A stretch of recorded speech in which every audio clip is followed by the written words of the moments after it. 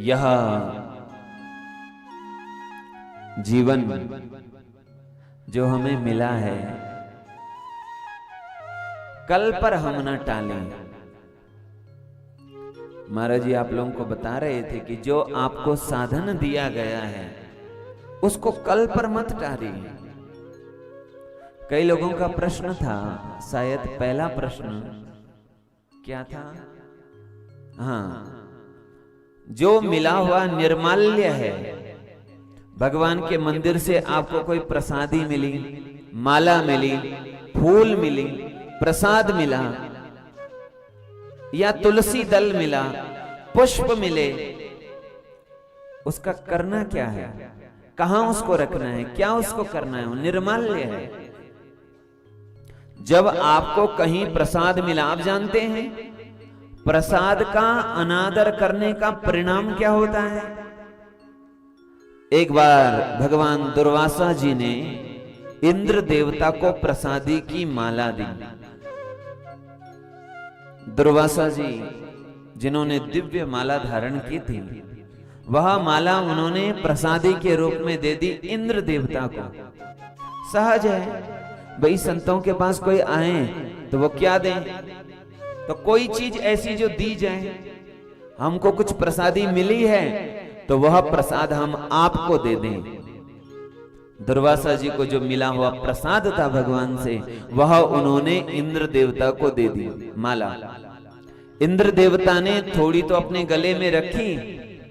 जैसे ही बाबा जी चले गए, उनको लगा बाबा जी गए तो ये प्रसादी की माला क्या करनी है? ऐसी प्रसादी तो हमको, ऐसी माला तो कई लोग पहनाते हैं, ये भी सामान्य माला ही तो है। अरे हम इंद्र हैं, देवताओं के राजा हैं, स्वामी हैं, हम तो बड़े बड़े रत्नों की दिव्य मालाएं पहनते हैं, ये तो सामान्य माला है। और हमें तो ऐसी मालाएं लोग पहनाते रहते हैं।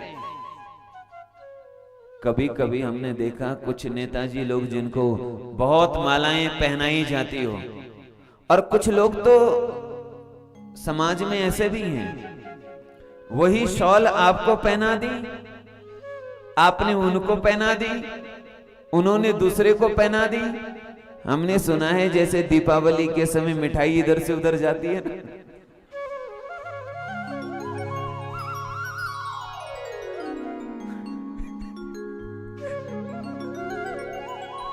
किसी ने किसी को दिया, किसी ने किसी को दिया।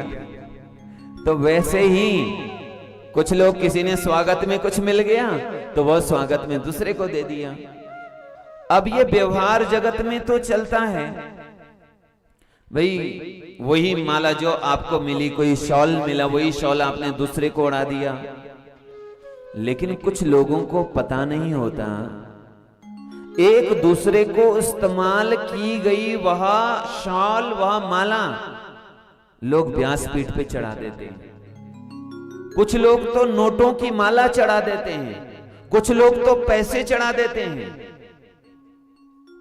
पैसा कभी भी हो भगवान के चरणों में भी नहीं चढ़ाना चाहिए। कुछ लोग तो भगवान के सिर पे रख देते हैं।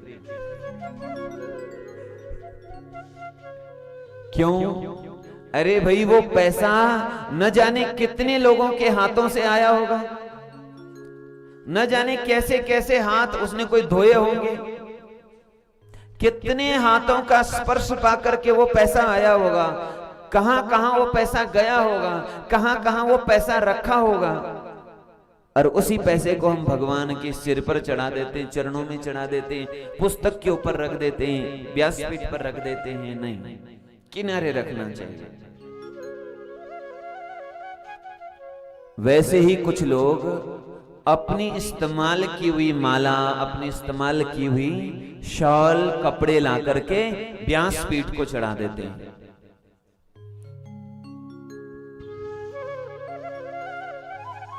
अब बाकी की चीजें तो चलती है भाई। आप कोई, कुछ लोग जो है, जो नोट कहीं न चले वो दान पात्र में चढ़ जाते हैं।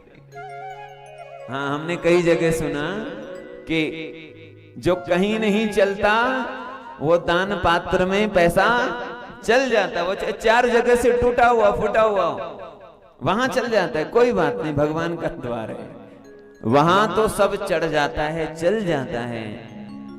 लेकिन भगवान को या व्यासपीठ को कभी भी हो, जो आपने इस्तेमाल की हुई चीजें वह नहीं अर्पण करनी चाहिए। दूसरी बात, यदि हमें कोई प्रसाद मिला है, भगवान के द्वार से मिला है, मंदिर से मिला है, कि ब्राह्मण देवता ने मंदिर की प्रसादी दी है, कहीं संतों ने दी है, तो उस प्रसादी का कभी अनादर न हो। आपको चाहे दिन में कोई 10 बार प्रसाद देता हो, प्रसादे सर्व दुखानाम हानि, भले ही भगवत गीता में उसका अन्य अर्थ है, लेकिन सामान्य अर्थ लगाएं तो यही अर्थ होता है कि प्रसादे सती, यदि प्रसाद की प्राप्ति हो गई तो सर्व दुखों की हानि हो जाती है।